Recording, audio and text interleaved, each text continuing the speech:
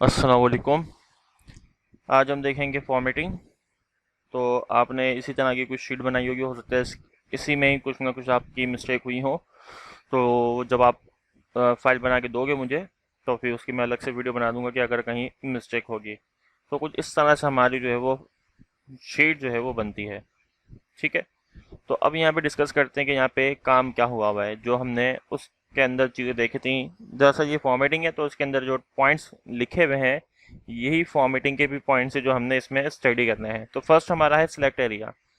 Select area का मतलब होता है कि अगर आप किसी एरिया को सिलेक्ट करके कुछ काम करना चाह रहे हो, जैसे कि if you want to apply format, so select working area using the mouse pointer. यानी कि आप उस पॉइंट माउस के जो पॉइंटर है इसको यूज़ करके उस एरिया को सिलेक्ट कर लो। फिर उस पर जो भी फॉर्मेटिंग करनी है वो फॉर्मेटिंग कर सकते हो। जैसे मिसाल के तौर पे मैं इस लाइन को बोल्ड करना चाह रहा हूँ, तो मैंने सिलेक्शन ली और बोल्ड कर दिया। तो ये है हमारा सेलेक्ट एरिया, कि कुछ एरिया को सिलेक्ट करो और उसके ऊपर फॉर्मेटिंग अप्लाई करो। सेकंड यहाँ पे आता है बॉर्डर। Border option. अच्छा, जब आप बनाओगे तो ये बॉर्डर तो नहीं होगा, जैसे अभी मैंने यहाँ पे बॉर्डर लगाया हुआ है, तो ये बॉर्डर नहीं होगा। इस तरह से कुछ आपका काम दिखेगा। तो मैं चाह रहा हूँ कि जो यहाँ पे लाइंस आ रही हैं, ठीक है, आपको हल्की हल्की सी लाइंस यहाँ पे नजर आ रही होंगी जब आप काम करोगे, आप एक्सेल पे भी देख सकते हो। तो मैं चाह रहा हूँ कि उसके ऊपर बॉर्डर आ जाए। तो जितना मैंने काम बनाया उतने तमाम काम की मैं सिलेक्शन लूंगा, होम में जाऊंगा, और यहाँ पे फॉन्ट के ग्रुप के अंदर है बॉर्डर, और यहाँ से हम करेंगे ऑल बॉर्डर। ऑल बॉर्डर करोगे तो क्या होगा, तमाम के ऊपर बॉर्डर आ जाएंगे। ठीक है, तब जूम करके मैं कुछ चीज़ आपको बॉर्डर की समझाता हूँ। अब यहाँ पे बॉर्डर है, मैं इस सेल को सिलेक्ट करता हूँ। ये मैंने सेल को सिलेक्ट किया। अब बॉर्डर में गए तो बॉर्डर में यहाँ पे है ऑल बॉर्डर। तो जितनी मेरी सिलेक्शन होगी उन तमाम जगह पे बॉर्डर आ जाएंगे। ठीक है, अगर वो मर्ज नहीं हुआ हुआ। अगर मर्ज हुआ हुआ है तो बॉर्डर सिर्फ कॉर्नर पे आएंगे, मिड में नहीं आएंगे। ठीक है, तो बॉर्डर इस तरह से ही आएगा। फिर इसी के अंदर अगर मैं नो करता हूँ, नो बॉर्डर, तो जितने सेल वहाँ पे बने हुए हैं उन पे कोई बॉर्डर नहीं आएगा। और अगर मैं यहाँ पे क्लिक करता हूँ बॉटम बॉर्डर, तो जो मेरी सिलेक्शन है उसके सिर्फ बॉटम पे बॉर्डर आएगा। और अगर मैं यहाँ पे करता हूँ टॉप, तो मेरे टॉप पे बॉर्डर आ जाएगा। अगर मैं यहाँ से करता हूँ लेफ्ट और राइट, ठीक है, तो लेफ्ट पे आ जाएगा, राइट करूँगा तो राइट पे आ जाएगा। इस तरह से अगर आप चाह रहे हो कि बॉर्डर जो है आउटसाइड बॉर्डर हो, जैसे अभी हमने बनाया है आउटसाइड बॉर्डर बनाया, तो आप यहाँ से भी कर सकते हो आउटसाइड बॉर्डर। तो आउटसाइड पे सिर्फ बॉर्डर आ जाएगा। अगर आप चाहते हो थोड़ा थिक होना चाहिए तो थिक भी हो जाएगा, तो थिक बॉर्डर भी यहाँ पे अवेलेबल है। ठीक है। आगे बॉटम डबल बॉर्डर है, थिक बॉटम डबल बॉर्डर है, टॉप एंड बॉटम बॉर्डर है, यानी कि सिर्फ टॉप और बॉटम पे बॉर्डर आएगा। ठीक है, तो ये बॉर्डर की आप डिफरेंट टाइप्स हैं, आप भी देख सकते हो। अगर आपने बॉर्डर का कलर चेंज करना है तो बॉर्डर का जो लाइन कलर है आप यहाँ से चेंज करोगे। तो अब जब बॉर्डर अप्लाई करोगे तो ये ऑल बॉर्डर ब्लू में आएगा। ठीक है। अगर लाइन स्टाइल चेंज कर दोगे, बॉर्डर का स्टाइल जो है वो होना चाहिए थिक, तो आप जब भी बॉर्डर अप्लाई करोगे वो थिक आता रहेगा। तो आप चारों डिफॉल्ट वैसी हो जाए तो आपको करना पड़ेगा लाइन स्टाइल में आके ये वाला बॉर्डर पे क्लिक। अच्छा, पेंसिल बनी हुई आ रही होगी, अगर आप कहीं क्लिक कर दो तो वहाँ पे भी बॉर्डर बना सकते हो इस तरह से। ठीक है। और यहाँ पे आता हूँ मैं, लाइन कलर ब्लैक। अब मुझे हटाना है पेंसिल, तो स्केप बटन दबाओगे कीबोर्ड से, जो बिल्कुल टॉप पे बटन होता है लेफ्ट साइड पे, ESC स्केप, तो वो इसको हटा देगा। तो मैं यहाँ से बॉर्डर को हटा देता हूँ इधर से भी। ठीक है। तो यहाँ तक बॉर्डर का समझ में आ गया होगा। अब बॉर्डर के बाद यहाँ पे लिखा हुआ है सेल मोड। अब सेल मोड तीन तरह के होते हैं, ये पेपर में सवाल भी आएगा। एक है रेडी मोड। रेडी मोड का मतलब है जो आपका सेल सिलेक्टेड है। अब मैंने इस सेल को सिलेक्ट किया तो ये रेडी मोड है, यानी अगर मैं अब लिखना चाहूँ तो मैं लिख सकता हूँ। तो इसकी पहचान क्या है, जिस सेल पे मैंने टिक किया हुआ है, क्लिक किया हुआ है, उसके ऊपर डार्क कलर का बॉर्डर आ रहा होगा, तो उसका मतलब है वो सेल सिलेक्टेड है। दूसरा है इंटर मोड, यानी जंप टू अनदर सेल। यानी जब आप इसके अंदर लिख लेते हो और जब इंटर करते हो, तो इंटर करने से क्या होता है, ये जंप करके दूसरे सेल पे चले जाता है। तो ये सेल की दूसरी टाइप है, जब आप इंटर करते हो तो जंप करके दूसरे सेल पे मूव हो जाता है। उसके बाद है एडिट मोड। एडिट मोड का मतलब क्या है कि अगर आपने कोई काम लिखा हुआ है, अब आप उसमें चेंजिंग करना चाह रहे हो, आप किसी और सेल पे गए, लिखते लिखते आ गए, बाद में आपको लगा कि इसमें कोई चेंजिंग करनी है, तो अगर आप इस सेल को सिलेक्ट करके लिखोगे तो बाकी वाला काम वो मिटा देगा।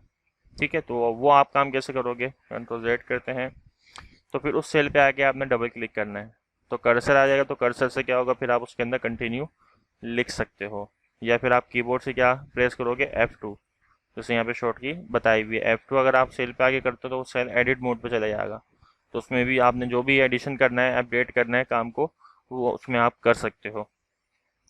उसके बाद है number 4, conditional formatting. Conditional formatting क्या है कि काम की नौइयत को देखते हुए उसके ऊपर फॉर्मेटिंग अप्लाई करना। जैसे मैं चाह रहा हूँ कि 3 सेल बने हुए हैं, 10 और 20, 30। अब मैं इनके ऊपर कंडीशन फॉर्मेटिंग के लिए जाता हूँ होम के अंदर, और यहाँ पे मेरे पास लिखा हुआ है कंडीशनल फॉर्मेटिंग। कंडीशनल फॉर्मेटिंग के अंदर मैं आऊँगा तो यहाँ पे मेरे पास ये डेटा बार बना हुआ है। तो डेटा बार के अंदर यहाँ पे हमारे पास है ग्रेडियंट फील्ड।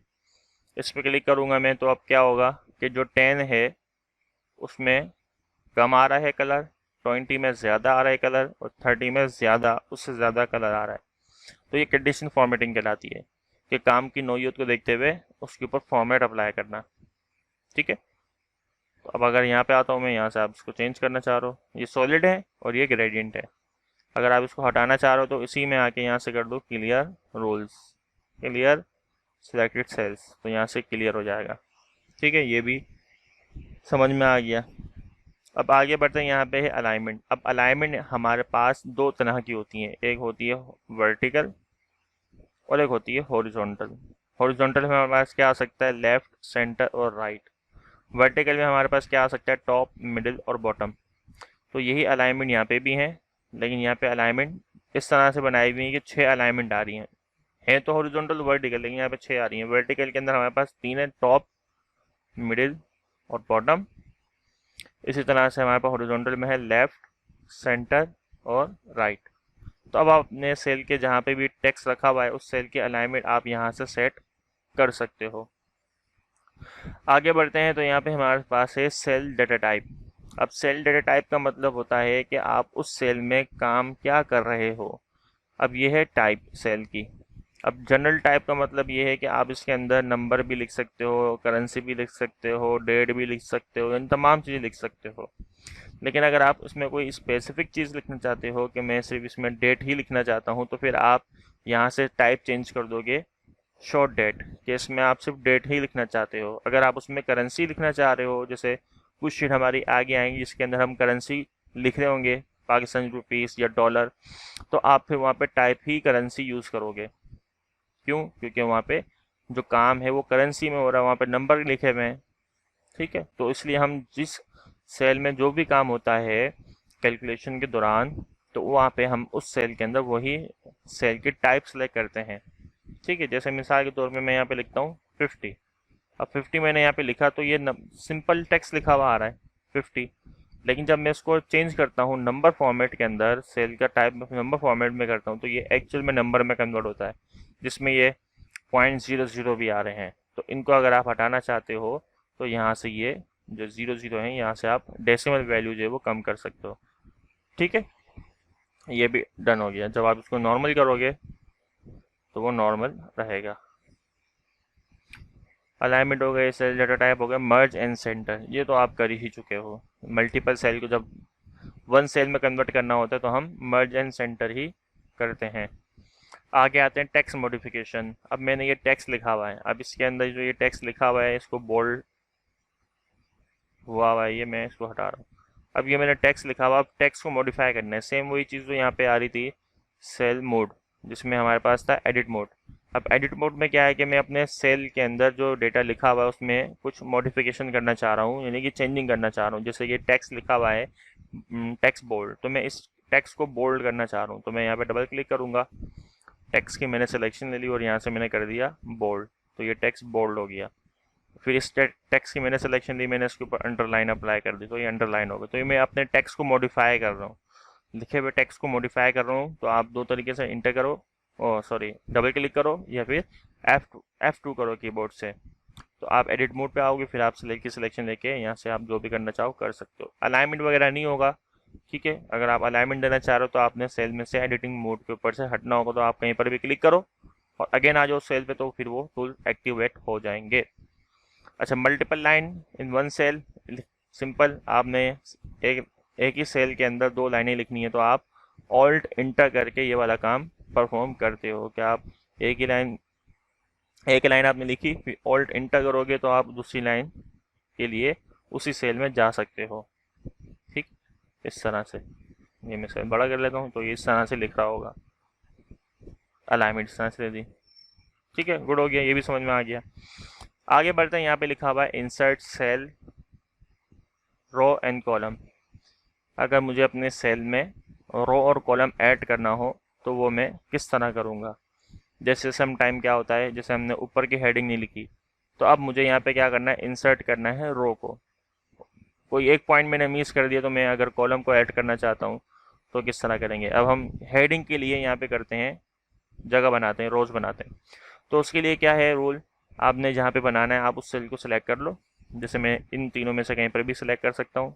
आपने उस जगह पे होना, क्योंकि रो हमारे पास ऐसे है, तो आप जिस रो के ऊपर करना चाह रहे हो काम, उस रो को आप बस इस तरह से सिलेक्ट कर लो। जैसे मैंने यहाँ पे 1 पे आ गया, या इधर आ गया, इधर आ गया, मुझे इससे ऊपर रो चाहिए, बस आपने उस लास्ट वाली रो पे आना है। फिर आप जाओगे इंसर्ट में, इंसर्ट रो, इंसर्ट रो, तो उसके ऊपर एक रो आ जाएगी। फिर यहाँ पर आएगा दोबारा इंसर्ट रो, इंसर्ट रो। इसी की शॉर्टकट की है, लेकिन उस शॉर्टकट की के लिए एक टेक्निक है। आपने जो रो बनी हुई है उसके लेबल पे क्लिक करना है, ये जो लेबल बना हुआ है ना 1, इस पे क्लिक करना है। इससे क्या होगा, ये पूरी रो सेलेक्ट हो जाएगी आखिर तक। ये नहीं कि सिर्फ यहाँ से इतना इस तरह सेलेक्ट हुआ हुआ है, ये पूरी रो सेलेक्ट होगी जब यहाँ पे क्लिक करोगे आखिर तक। ठीक है, फिर आप कंट्रोल प्लस करोगे कीबोर्ड से तो ये सेल ऐड होते जाएंगे, फिर कंट्रोल माइनस करोगे तो ये सेल माइनस होते जाएंगे, हटते जाएंगे। ठीक है, तो हमने 10 पॉइंट इस वीडियो में कवर कर लिए हैं। तो इसको आप अच्छे से वीडियो को देखना, 2 मरतबा देखना, 3 मरतबा देखना, इसके पॉइंट आउट आप कर लेना चीज़ें। फिर उसके बाद कल मैं ये पॉइंट्स बताऊंगा कि इन पॉइंट्स को जो है उनका क्या मकसद है, क्योंकि वीडियो काफ़ी बड़ी हो जाएगी, फिर 12 मिनट हो चुके हैं। ठीक है, बड़ी वीडियो से आप भी बोर होगे, तो छोटी छोटी वीडियो से हम पढ़ेंगे ताकि हमारा कॉन्सेप्ट जो है वो क्लियर रहे। तो 10 पॉइंट्स हमने कवर कर लिए हैं। फिर आगे हम नेक्स्ट वीडियो में इंशाल्लाह 9 मुहर्रम के बाद जुम्मे को अब मैं वीडियो आपको दूंगा। तो अब आप जो है इसकी अच्छे से प्रैक्टिस करना। मिलते हैं नेक्स्ट वीडियो में, अपना ख्याल रखिएगा। अल्लाह हाफिज़।